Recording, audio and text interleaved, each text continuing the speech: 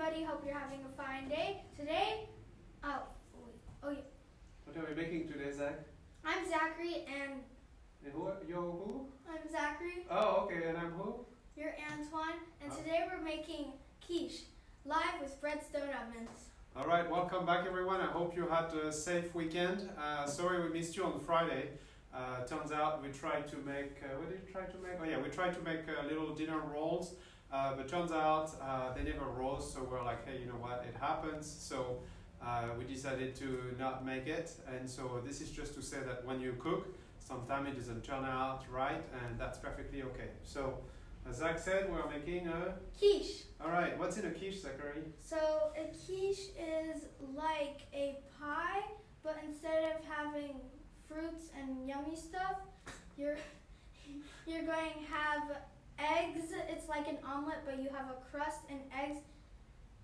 Oh, very good, okay. So yeah, the idea is a crust with eggs, and then cheese if you have, it's best, and then whatever other ingredients you kind of have left over in the fridge. So Zach, why don't you show us your crust? So again, we cheated by getting a crust that was already made. Alright. And so it's going to be the same recipe as for the crust that we used when we made the apple pie a couple of days ago, but instead of the water, you put one whole egg. So that's kind of the idea. It will hold better, will be a little bit less flaky, but it's still a very, very good crust. So you put your crust in a little tart ceramic, like a pie dish or a ceramic dish. You want to make sure it's nicely and evenly distributed, because what you're going to put in it is very liquid. And if you have one side that is not covered with a crust, the liquid is going to run on the sides, and then it's going to attach to the bottom. So put your crust, you make sure you push it nicely to the side like Zach is doing. Perfect. And then what are you going to put first in it, Zachary? So first I'm going to get my eggs and Okay. I'm going to mix them. So you mix them in a different bowl? Yes. Alright, so go ahead, you mix them. We use both hands just to be safe. Perfect. And then you're going to whisk it. Pretty much you want your eggs to become really liquid. So at first you want to take your time so they don't splatter everywhere. And then you can whisk a little harder. So my advice to you is, get big enough of a bowl so they are easy to whisk, but then you are going to add some liquid. So if you want the recipe for a quiche, again we have it on our website, breadstoneovens.com.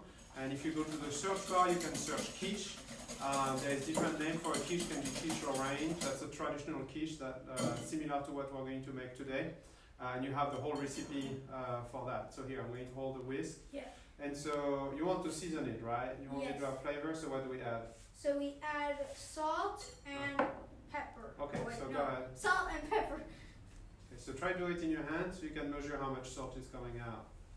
And sometimes the salt, when it gets a little wet, if it's a humid day, it will kind of clump. So you can open it on the bigger hole. And then since you're going to pour it in your hand, that's going to be easy to control. If there is too much coming out, then you can put it back. Alright, I think that's pretty good. So you put your salt. Very good. And then your pepper. And then pepper. And we forgot to tell you that we put 4 eggs in here. That's true. We cracked 4 eggs. So the recipe is going to be 4 eggs, 1 cup of heavy cream, and 1 cup of milk. And so that's going to make just enough for 1 quiche. So did you mix nicely your salt and your pepper? Okay, perfect. So go ahead and add your heavy cream. Perfect. And then you're going to whisk it a little bit. And then you're going to put here. You can actually clean it a bit more of the heavy cream with your milk. So go ahead. Oh, you did it for you? Sorry, here. I'm going to put more milk. Here, that's going to help cleaning the heavy cream. Here we go. And then we add the rest of the milk. The rest of the milk. Again, you whisk well. And then you mix well. Perfect. It's going to be very liquidy, so you don't want to splash it. So you want to kind of mix not too hard so it doesn't go. And then you have a quiche for the ants and not yourself. So it's starting to all mix up really well. So hold on, not so fast. So first you put your ham, So we are going to put ham, but you can put whatever in. So you can put anything you want. We had some ham and some tomato that we wanted to use in the fridge, so that's what we used. So go ahead and kind of distribute it evenly.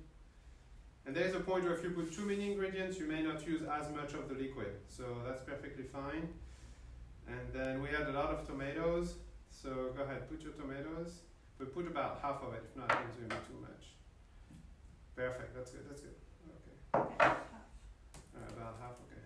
Alright. So you distribute all your ingredients about evenly. So that's how it's going to look like, okay? And then you're going to pour your liquid, and pour your liquid slowly so you can see when it's getting too tall. And if it's too much, then you just stop. Go ahead.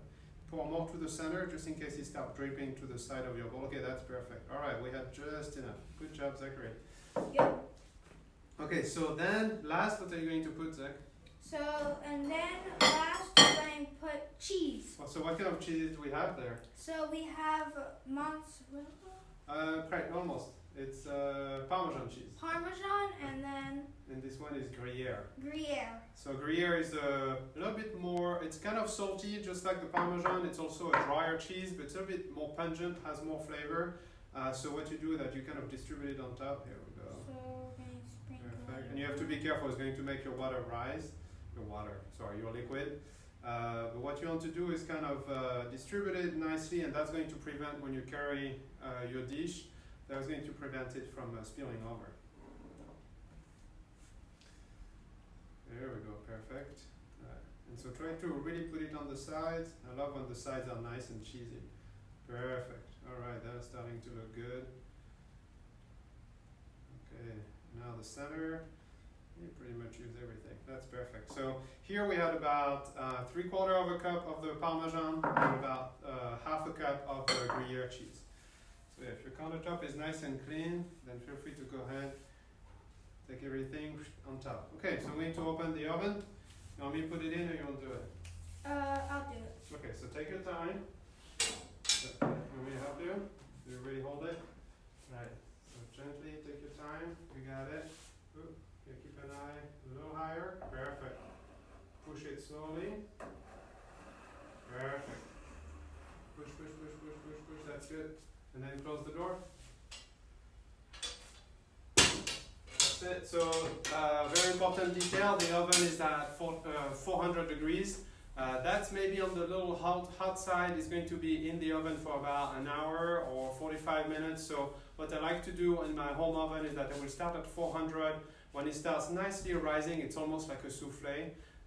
Then you can, and it starts coloring a little bit, then lower the temperature maybe to 360, 370. So it's going to nicely finish cooking. You know when it's done, when you grab the dish and you gently move it, if there is no movement, that everything is cooked all the way. You can also take a knife, a clean knife, and then you dip it at the center. When it comes out, it should be completely clean. If you still see some egg or some cream on the blade of the knife, that is not quite cooked yet. So it can stay up to an hour and 20 minutes. It's not surprising. Sometimes it's faster, it's 45 minutes. Depends on how hot your oven is. So again, here the oven about 400 degrees. We'll check it in about 45 minutes, see how it's doing. Is that going to be our dinner for tonight? Yes. All right. That's exciting. So mom is going to be happy. Dinner is already made. Fantastic. Thank you everyone again for watching. We've been getting a lot of views, so now the kids love it and I love it too. Again, if you have any questions, feel free to go to our website, breadstoneovens.com. You can go to the contact us page. There's a form you can fill out. There's a phone number if you want to call us. You can email us, info@breadstoneovens.com. And again, all the recipes are on our blog. So that's it. Thanks for watching and we'll see you tomorrow. Bye.